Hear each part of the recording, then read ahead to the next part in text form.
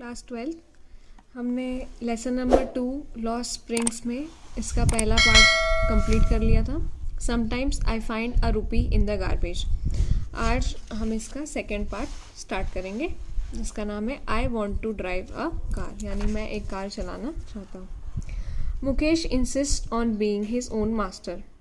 I will be a motor mechanic he announces, यानी मुकेश जो है वो बार बार इस चीज़ पर जोर डालता है कि वो खुद का मालिक बनेगा और कहता है कि मैं एक मोटर मैकेनिक बनूंगा।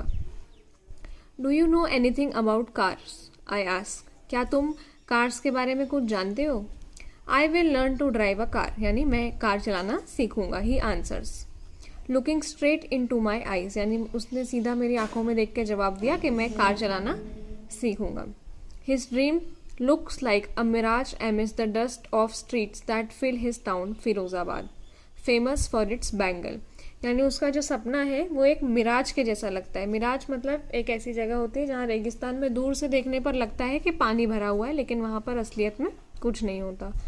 तो उसका जो टाउन है जहाँ वो रहता है फिरोजाबाद, वो किस चीज़ के लिए फेमस है? बैंगल्स, यानी चूड़ियों के लिए। Every other family in Firozabad is engaged in making bangles. It is center of India's glass blowing industries, where families have spent generations working around furnaces, wedding glasses, making bangles for all women in the land, it seems. यानी जो फिरोज़ाबाद है वो एक centre है India में सारी glass blowing industries के लिए, जहाँ पर जितनी भी फैमिलीज़ रहती हैं उनकी जनरेशन्स यही काम करती है। फर्नेस में, यानी जहाँ पर आग जलती है वहाँ पे ग्लास की वेल्डिंग करते हैं और उससे चूड़ियाँ बनाते हैं। ऑलमोस्ट हर जगह की वुमेन के लिए चूड़ियाँ यहीं पर बनती हैं। Mukesh family is among them, यानी मुकेश का परिवार भी उनमें से एक है। None of them know that it is illegal for children like him to work in the glass furnaces with high temperatures in dingy cells without air and light, यानी उनमें से कोई नहीं जानता कि उसके जितने बच्चों के लिए ये काम इलीगल है। एक ग्लास फर्नेस जहाँ पर टेम्परेचर बहुत हाई होता है, छोटे छोटे सेल जहाँ पर हवा और लाइट नहीं आती है, ये सब चीज़ें इलीगल है, यानी लॉ के खिलाफ है।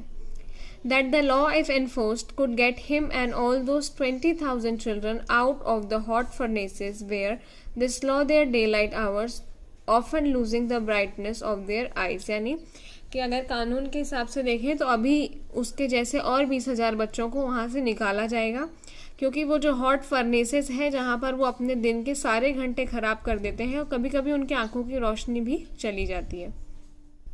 Mukesh's eye beam as he volunteers to take me home, which he proudly says is being rebuilt, यानी मुकेश की आंखों में एक चमक रहती है क्योंकि वो मुझे उसके घर ले जाता है और वो प्राउडली बताता है कि घर दोबारा बन रहा है।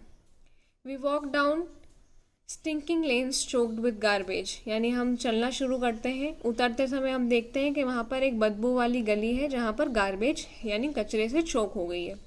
Past home that remain halls with crumbling walls, wobbly doors, no windows, crowd with families of humans and animals coexisting in a primeval state, यानी ऐसे टूटे फूटे घर दिखते हैं, टूटी दीवारें, लटकते हुए दरवाजे और कोई खिड़कियां नहीं, और भीड़ किसकी? घरों में ह्यूमंस की, यानी इंसानों की भी और जानवरों की भी, जो कोएग्जिस्टिंग यानी एक साथ रहते हैं। He stops at the door of one such house, यानी ऐसे ही एक घर के दरवाजे पर वो रुक जाता है और ज़ोर से एक आयरन डोर में अपनी लात मारता है और उसे खोल देता है। We enter a half built shack, यानी हम आधे अधूरे से बने हुए घर में घुसते हैं। In one part of it thatched with dead grass, यानी एक हम उसका हिस्सा देखते हैं जहाँ पर घास फूस भरी हुई है। Is a firewood stove, यानी एक चूल्हा रखा है। Over which sits a large vessel with sizzling spinach leaves, और उसके ऊपर एक बर्तन है जिसमें पालक की पत्तियां रखी हैं। On the ground in large aluminium platters are most chopped vegetable, यानी ग्राउंड पर और वो रखी हुई है प्लेट्स जिनमें कटे हुए वेजिटेबल दिख रहे हैं। A frail young woman is cooking the evening meal for the family, यानी एक बहुत दुबली पतली महिला शाम का खाना बना रही है पूरी फैमिली के लिए। Through eyes filled with smoke she smiles, यानी उसकी आंखों में धूल भरी है पर वो फिर भी मुस्कुराती है। She is the wife of Mukesh's elder brother, यानी वो मुकेश के बड़े भाई की बीवी है। Not much older in years, यानी वो ऐसे ज़्यादा बड़ी नहीं है। She began command respect as बहू, यानी वो वहाँ की बहू है। The daughter in law of the house already in charge of 3 men, यानी वो उस घर की बहू है और उसके ऊपर 3 आदमियों का चार्ज है, उसका पति मुकेश और उनके पिताजी. When the older man enters, she gently withdraws behind the broken wall and brings her veil closer to her face. यानी कि जैसे ही older man यानी जैसे ही उसके ससुर आते हैं तो वो एक दीवार के पीछे हो जाती है और जो अपना पल्लू है उसको और आगे खसका लेती है. As custom demands, daughter-in-law must veil their faces before male elders. और क्योंकि ऐसा रिवाज है तो जितने भी आदमी ऐसे हैं जो उनसे बड़े हैं उनके आगे उन्हें पल्ला करना पड़ेगा. In this case the Elder is an impoverished bangle maker. और इस केस में एल्डर जो बड़े हैं वो कौन है? एक चूड़ी बनाने वाले आदमी. Despite long years of hard labour, first as a tailor then a bangle maker, he had failed to renovate a house. यानी उन्होंने हमेशा इतना हार्ड लेबर करा है, पहले वो टेलर थे फिर वो चूड़ी बनाने वाले बने, लेकिन वो कभी अपने हाउस का रेनोवेशन यानी उसको नया रूप नहीं दे पाए. Send his 2 sons to school. और ना वो अपने दोनों बच्चों को कभी स्कूल भर पाए. All he has managed to do is teach them what he knows. यानी वो सिर्फ ये कर पाए कि जो उन्हें आता था वो उन्होंने अपने बच्चों को सिखाया. और क्या सिखाया? The art of making bangles, चूड़ी बनाना. इट इज़ करम his destiny says Mukesh grand mother. यानी उनकी दादी कहती है कि यही इनका करम है, इनकी किस्मत में यही है. Who has watched her own husband go blind with the dust from polishing the glass of bangles. यानी उन्होंने उनके खुद के पति यानी इनके दादाजी को भी अंधा होते हुए देखा है, क्योंकि जो ग्लास की चूड़ियाँ होती हैं उसकी पॉलिश में से जो डस्ट उड़ती है उससे आंखों की रोशनी कमज़ोर पड़ते पड़ते धीरे धीरे अंधे हो जाते हैं. Can a God given lineage ever be broken, she implies. वो कहती है अब ये तो भगवान का दिया हुआ है, क्या हम इसे तोड़ सकते हैं. Born in the caste of bangle makers. यानी ये जाति उनकी बैंगल मेकर्स की है. They have seen nothing but bangles. तो उन्होंने चूड़ियों के अलावा कुछ नहीं देखा. In the house, in the yard, in every other house, every other yard, every street in Firozabad. यानी हर घर में, हर आंगन में और हर गली में उनने फिरोजाबाद की सिर्फ और सिर्फ बैंगल्स को देखा है. Spirals of Mukesh's elder brother, not much older in years, she has begun to command respect as Bahu, the daughter-in-law of the house. ये पैराग्राफ यहाँ पर रिपीट हुआ है, हम इसके आगे यहाँ से देखेंगे.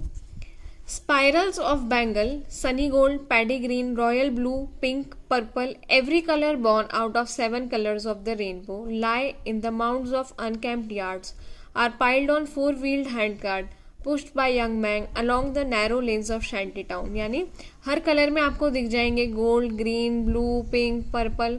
और अनकेम्प्ड यार्ड्स में वो दिखेंगे. उनका ये लोग थप्पी जमा लेते हैं और उनको हैंड कार्ट्स पर यानी कि बैलगाड़ी या इस पर ले जाया जाता है, जो कि यंग मैन खींचते हुए ले जाते हैं. As in dark huntsmen, next to lines of flames of flickering old lamps, sit boys and girls with their fathers and mother, welding pieces of colored glass. और डार्क हट में जहाँ पर अच्छे से लाइट भी नहीं आती है, छोटे छोटे बच्चे बच्चियाँ अपने माता पिता के साथ में बैठकर उन कलर्ड टुकड़ों को वेल्डिंग करते रहते हैं और धीरे धीरे उनका सर्कल से बैंगल कंप्लीट हो जाता है. Their eyes are more adjusted to the dark than to the light outside. यानी अब उनकी आंखें जो हैं वो अंधेरे में ज़्यादा एडजस्ट हो गई हैं लाइट की बजाय.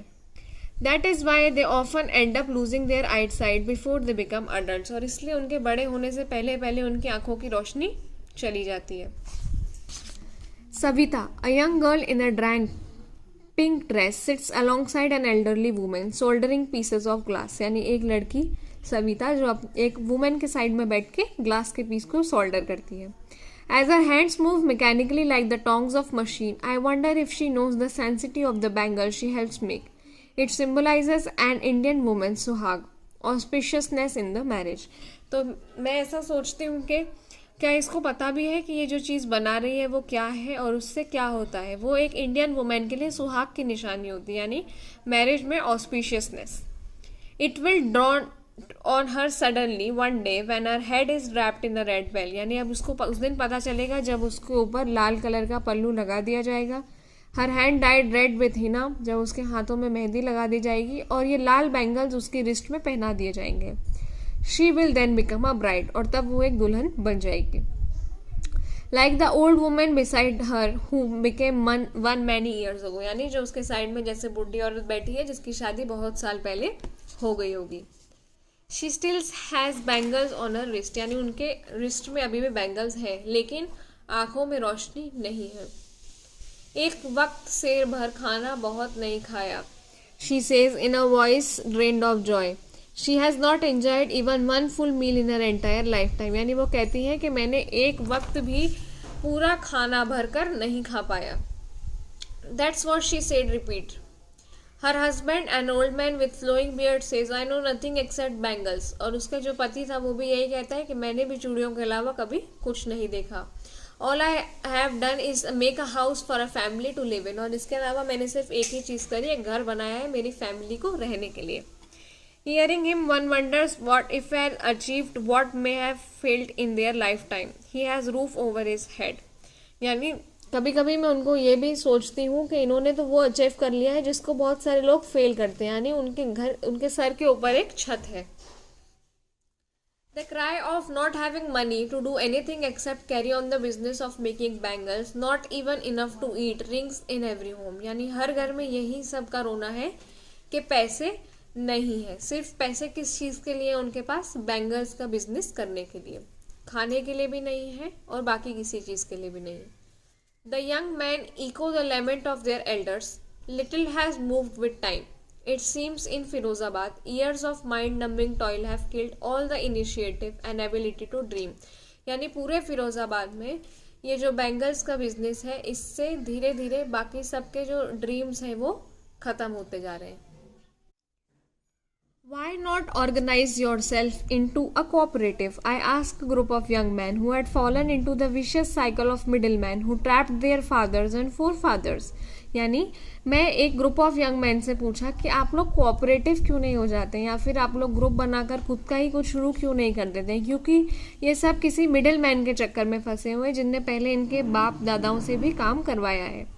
Even if we get organized, we are the ones who will be hauled up by the police, beaten and dragged to jail for doing something illegal. तो वो कहते हैं अगर हम ऑर्गेनाइज हो भी जाते हैं तो भी पुलिस हमें आएगी और पकड़ के मारते हुए जेल ले जाएगी और कहेगी कि हमने कुछ इलीगल करा है। There is no leader among them, यानी हमारे बीच में कोई नेता नहीं है। No one who would help them to see things differently, और कोई ऐसा नहीं है जो उन्हें बता पाए कि चीज़ें अलग दिखती हैं। Their fathers are as tired as they are, उनके पिता भी उन्हीं के जैसे थके हुए हैं। They talk endlessly in a spiral that moves from poverty to apathy to greed and to injustice, यानी उनके जो सीमा है वो बस यहीं तक है कि वो गरीबी देखते हैं, ग्रीड देखते हैं, लालच देखते हैं और इनजस्टिस उनके साथ में होता रहता है। Listening to them, I see two distinct worlds, one family of caught in the web of poverty, burdened, यानी मैं उनको जब भी सुनती हूँ तो मुझे दो डिस्टिंक्ट वर्ल्ड दिखाई देते हैं, यानी दो अलग अलग टाइप के वर्ल्ड दिखते हैं। एक ऐसी फैमिली का जो पॉवर्टी में फंस गई है, यानी गरीबी में फंसी हुई है, जिसके सर पर बहुत सारा बर्डन है। तो इसके साथ में अब हमारा जो ये लेसन है ये फिनिश हो जाएगा, और हम इसके दोनों पार्ट कर चुके हैं। पार्ट 1 पहले ही डल गया था जिसको आप देख सकते हैं, और इसका पार्ट 2 भी कंप्लीट हो गया है। क्लास 12 हम आपका लेसन नंबर 2 कंप्लीट कर चुके थे, लॉस्ट स्प्रिंग जिसका नाम है। इसके 2 पार्ट्स थे, पार्ट 1 एंड पार्ट 2। तो अब हम उनकी मीनिंग्स देख लेंगे एक बार, जो टफ वर्ड्स हैं वो। सबसे पहले चैप्टर का नाम लॉस्ट स्प्रिंग, यानी खोया हुआ स्प्रिंग। स्प्रिंग हमारे यहाँ पर बसंत का मौसम होता है। स्टोरीज़ ऑफ स्टोलन चाइल्डहुड, यानी ऐसी कहानियाँ जिसमें बचपन जो है वो कहीं पर चोरी हो गया, क्योंकि हमने पढ़ी है जो स्टोरीज़ हैं वो गरीब बच्चों के बारे में है जो अपना बचपन नहीं जी पाते, जिनको काम करना पड़ता है। अनीस जंग इस पूरी स्टोरी की ऑथर हैं, जो कि एक इंडियन ऑथर हैं। तो स्टार्ट करते हैं। गार्बेज, गार्बेज हम सब जानते हैं कचरा होता है। आई फाइंड अ रूपी, यानी मुझे रुपया मिला। एनकाउंटर यानी मुलाकात होना, इस स्टोरी में एनकाउंटर मतलब मुलाकात है। स्क्राउंजिंग यानी किसी चीज़ को ढूंढना, इस स्टोरी में वो एकदम गार्बेज जो रहता है कचरे में किसी पैसे को, गोल्ड को ढूंढता रहता है।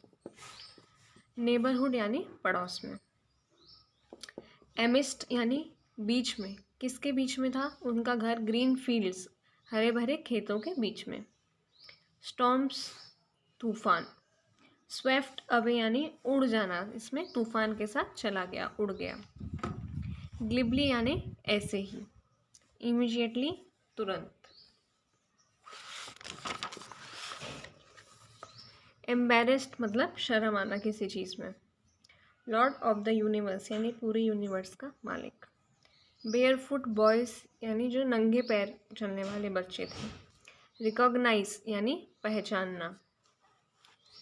शफल्स हिलाना किसी भी चीज़ को। परपेचुअल स्टेट यानी कंटिन्यू कोई चीज़ आपकी लाइफ में बनी हुई है, जैसे इसमें परपेचुअल स्टेट ऑफ पोवर्टी यानी कंटिन्यू चलने वाली गरीबी। पोवर्टी यानी गरीबी।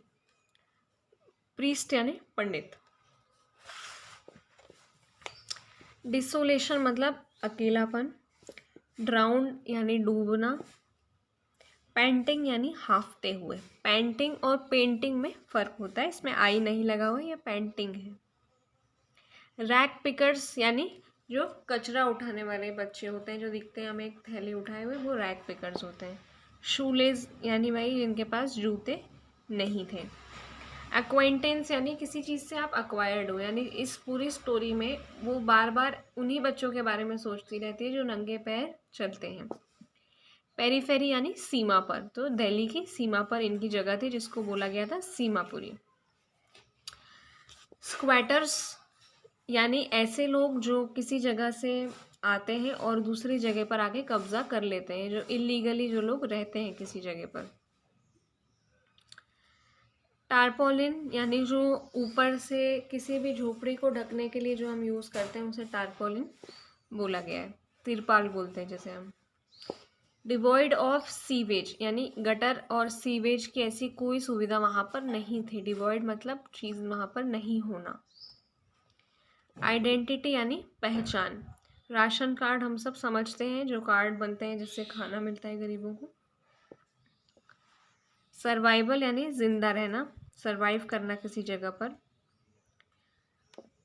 लीकिंग यानी कुछ चीज़ कहीं से लीक होना, निकलना, जैसे कोई वाटर रहता है किसी दीवार में से एकदम निकलने लगता है तो हम कहते हैं यहाँ से लीक हो रहा है, रिस रहा है, रिसना। डिसकलर्ड मतलब जिनका कलर उतर गया हो। रिफ्यूज्ड यानी मना कर देना। मील्स यानी खाना। तो ये जो है हमारे फर्स्ट पार्ट के मीनिंग्स हो गए। समटाइम्स आई फाइंड अ रूपी इन गार्बेज। अब हम सेकेंड वाले लेसन पर आते हैं जो है I want to drive a car. Insist यानी किसी चीज़ पे बार बार जोर डालना।